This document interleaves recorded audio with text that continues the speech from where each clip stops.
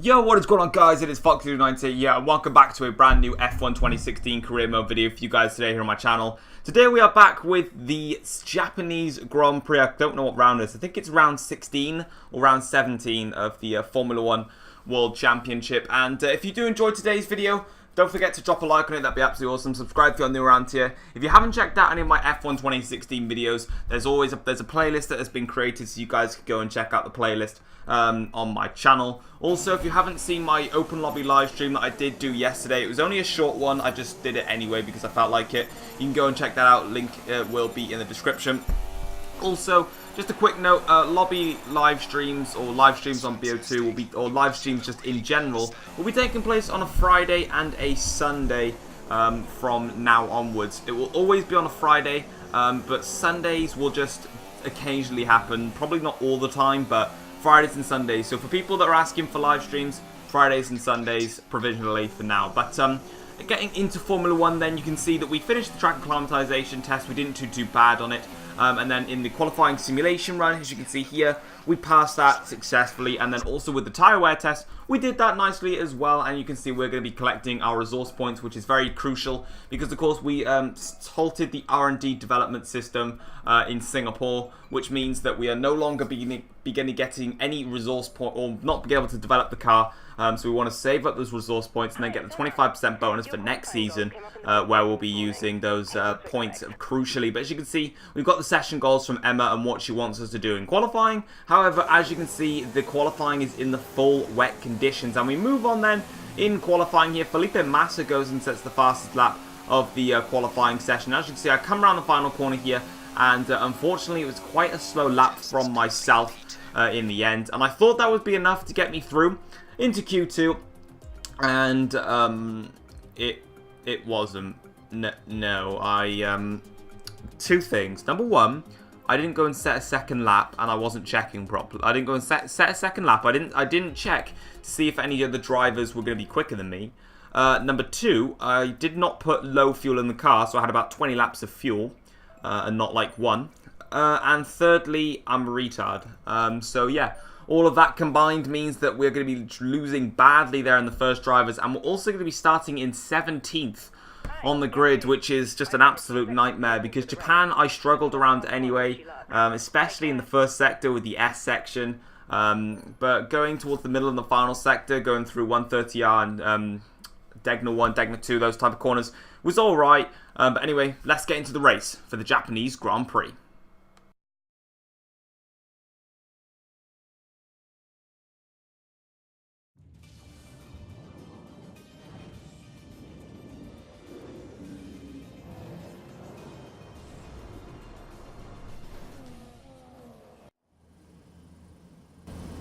We're live today from the Mie Prefecture of Japan as we look forward to the Japanese Grand Prix.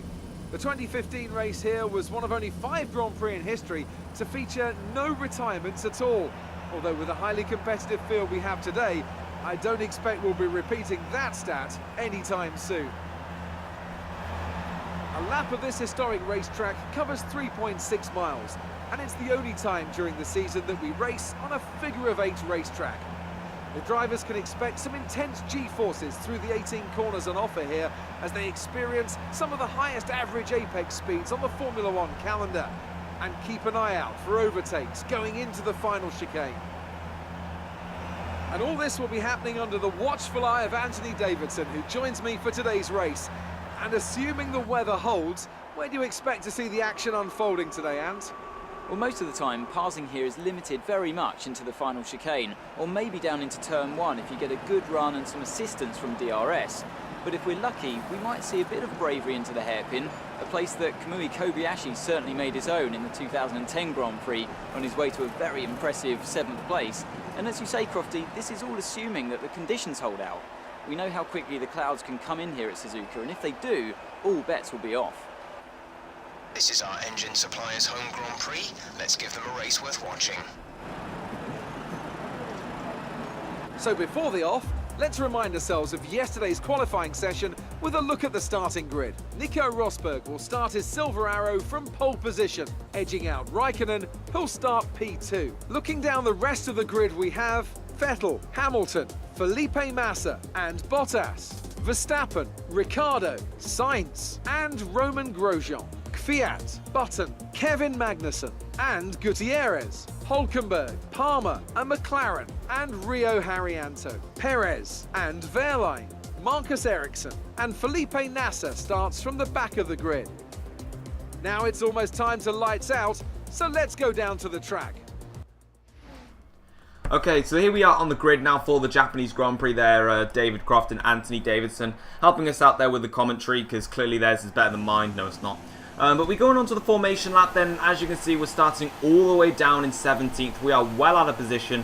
We definitely got caught out by the weather. We weren't doing it right in terms of the strategy anyway, with our fuel loads and me not checking anything. So qualifying was a complete disaster, but the race is another thing, and the points get handed out at the end of the Grand Prix. So we've just got to think about our racing, and definitely going to be in a big fight in this race. Going to be passing a lot of cars to try and get to the front. But here we are for the Japanese Grand Prix. We've got the 4 red lights now, 5 red lights for the Japanese Grand Prix, and it is lights out, and away we go for the Japanese Grand Prix. Jolyon Palmer with a crap start, let's face it. We go straight past the Renault, don't need to deal with him. Alongside Nico Hulkenberg, Magnussen, Gutierrez and Kvyat. We're going to dive down the inside, nearly touching Magnussen, but we don't quite do that, and then we go round the inside of Kevin Magnussen.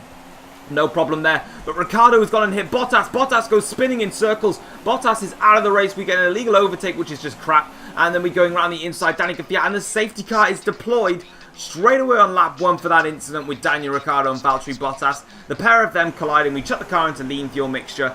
And Bottas and Ricciardo out of the race already. And let's get a replay of that start. A very short start there. A short-lived start. With Bottas crashing out of the race. But Lewis Hamilton got a pretty good start. He gets past the first Ferrari, and then I believe he does not quite get past Sebastian Vettel.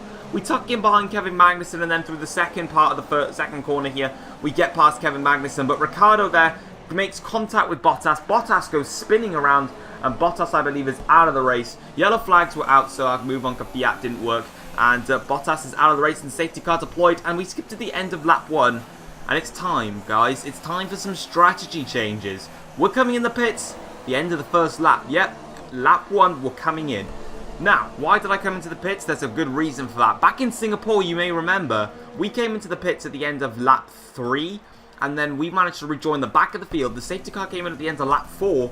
And we then went on to win the race because the drivers in front of us, just could not get the gap that they needed in order to make a pit stop and get back in front. And that's exactly what we're going to be doing now. We're going to be making that change to the hard tyres, and as you can see, it's the end of lap 4. The safety car is coming in, and we have caught up to the back of the field.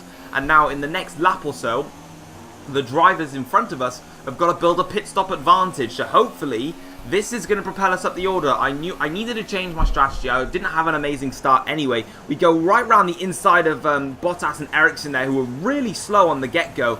We have super wide on the entrance there. Really outbrake myself massively, but we got back onto the circuit and we are back racing again here on lap 5 of the Japanese Grand Prix. And we just now need to start to get focused, get our heads down, because the drivers, I believe, will be coming in around about 1 to 2 laps, maybe even 3 laps time at a maximum.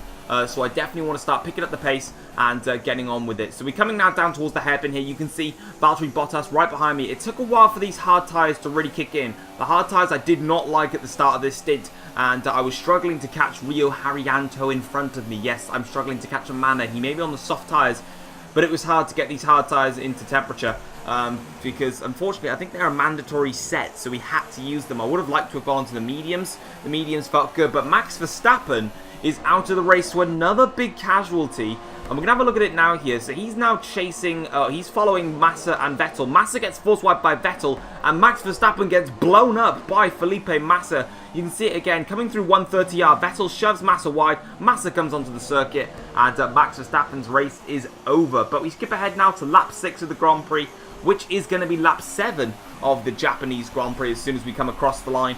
And the reason I did this is because of my Strategical Masterclass. You can see in the top left-hand corner, bang, P1. We have now taken the lead of the Japanese Grand Prix. We were in 14th place when the safety, or 12th or 13th place when the safety car came in, came out. We decided, stuff it, let's go and do a Singapore repeat. And that's exactly what we've got. We have got a Singapore repeat right now, We have made that early pit stop during the safety car, and we are now in front. But coming on to lap 9 of the Grand Prix now, our pace has not been good. We've definitely struggled around Japan, and now Lewis Hamilton fancies taking that lead away from me. Of course, all their tyres are a lot fresher than mine. Mine have been on since lap 1.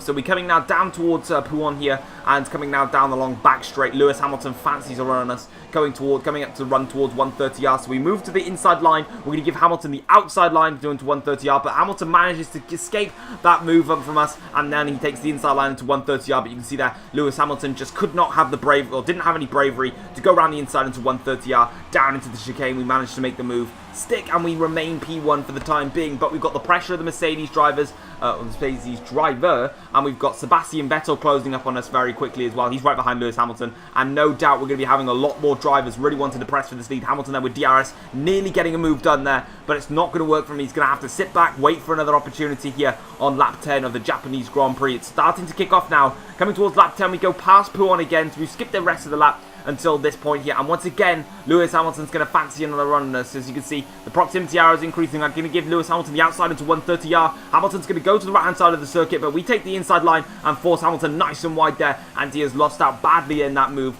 going around the outside of 130R. Should have gone around the inside of 130R, but he decided to go around the outside of 130R, and I managed to defend Hamilton perfectly. And that's what I was trying to do for the airs. I was trying to make them go for that outside line into 130R, because I knew they would back out of the corner and they would lose time like this. And of course Hamilton has got DRS, but Vettel's got DRS behind him, so Vettel's going to be challenging Lewis Hamilton, so we have time to breathe. But coming out of Degna 2, we get a horrible exit here, and Lewis Hamilton's going to come streaking through with immense traction down into the hairpin. We're going to go right round the inside. Our brakes glowing red massively there, showing how much energy and heat is going into those brakes. But Lewis Hamilton has stuck with it, and now we're going to be chucking the car into Rich. Make sure you can see Raikkonen and Rosberg have caught up into this scrap as well, as we are fighting for our lives right now, trying to get this win in this race, because we've got an opportunity going down into Puon. We go round the inside of Lewis Hamilton, and Sebastian Vettel there making a move on Hamilton as well. Contact between Vettel and Hamilton, and Vettel makes that position stick as we come up the hill towards 130R. Can Sebastian Vettel make a move on us towards 130R? Luckily, because of the contact with Lewis Hamilton, he's just a bit too far back and going through 130R. We take a little bit too much of the curb, let's be fair of it, but we did not have all four wheels off the track, so it's legal. And as you can see, we're coming down the chicane now, and to complete lap 11 of the Grand Prix, we are still in P1, but Sebastian Vettel is very close to us on this lap here. We decide to cover the middle of the circuit here. Coming on to lap 12 though, Vettel drops back from us, and going down into the first corner here. Vettel will not make a move on us, so I think he lost the back end of the car coming out around the final corner. Onto the curbs, which is why he was far back in the end. But we're coming towards now the end of lap 12 and going round Puon like we have done many times, and now we've got more drama, more attacking, and it's Vettel that decides that he wants to play now. Hamilton's had a go, now Vettel wants to have a go, and again, he's going to go for that outside line into 130R, and guess what, Seb? Nope, going around the inside into 130R. Sebastian Vettel has to back out on the move there. It's just not going to work for Vettel going around the outside into 130R. I've got that covered, and we're coming round the final chicane here towards this long, difficult corner. This is where Vettel lost the back end of the car when I pulled away on lap 12. But onto lap 13, the final lap of the Japanese Grand Prix. We've just got to hold on in there. Our tyres are okay. Vettel with the DRS really getting close to us there, but it does not work out for Sebastian Vettel. He does have to stick back behind us, and coming through the S section here, we start making our way through these difficult corners. I really had a lot of understeer in the car, and you can see the car understeering, in fact, itself here breaking down. You can see the understeer again, having to lift off the throttle to try and get the car in. More understeer in the car there, and Sebastian Vettel making slight contact with us, and again our understeer actually helped us in that momentum there, because Vettel had to back out of the move. Coming out of the rest of the S section there, really scruffy, really poor from us there in that S section, but we're just holding on right now, breaking through down into Degna 1, took a little bit too much curb than necessary. Degna 2, again, we took a little bit too much curb, but it's okay. It's not all four wheels off the track, so we are alright. Raikkonen gets a brilliant run at us going down into the hairpin. Raikkonen not going to make it stick though. We managed to nail the apex into the hairpin. No understeer there. Get the traction, get the acceleration, get the car straight and planted as we make our way out of the hairpin, and now coming towards Puon. I've just realised actually that it's not even Puon. I've said Puon the whole race. It's actually Spoon Corner. I'm actually a retard. But everyone in the comments put hashtag Foxy is a spoon. because it's actually called Spoon Corner. It's not Pouhon, that's in Spa. But anyway, we're going to be having to focus though. Enough about naming corners. Raikkonen's going to go to the outside line, going into 130R. He has got the move on us. He is ahead of us clearly into 130R. We're going to brake nice and late around the inside. Raikkonen had the move sorted. He did not need to back out of it. He's given us the run into 130R. A complete horror show from Raikkonen. He had that move stuck. I should not have been able to get that done. And from 17th on the grid, pitting at the end of the first lap under the safety car, we managed to do a Singapore repeat. First place at the Japanese Grand Prix and first place at technically McLaren's home race, because the Honda engine is originated from Japan, so it's Honda's home race, and we have done them world drivers there. Driver of the day for sure, 17th on the grid. The safety car came out and I knew straight away I've got to come into the pits because it'll probably come out, it'll probably stay out until the end of the first stint, and that's exactly what it did. No one else pitted under the safety car, unlike last time with Hamilton, Rosberg, Raikkonen and Button all doing that. Hamilton there finishing in 4th place. He seems happy with that. Personally, I wouldn't be. But what an absolute masterclass. A strategic masterclass from myself there. So guys, if you have enjoyed today's video, drop it a like. That'd be absolutely awesome. Subscribe if you're new around here. I'll be doing a channel update video as well very soon, talking about how uploads are going to work, because I have just started university. It was my first day today. And that means I'm going to be spending a lot of time on projects in university. And I'm going to be needing to make sure that I get those all in order. But guys, if you have enjoyed, like I said, please like the video, subscribe if you've never watched a video before in my life, yeah, McLaren win again. Our streak rolls on. Jenson Button doing a great job there, and there's the constructors standings. Next race I believe is the United States Grand Prix, so I'll see you guys when we travel to the USA for the next race. Take care, peace. Today I'm going to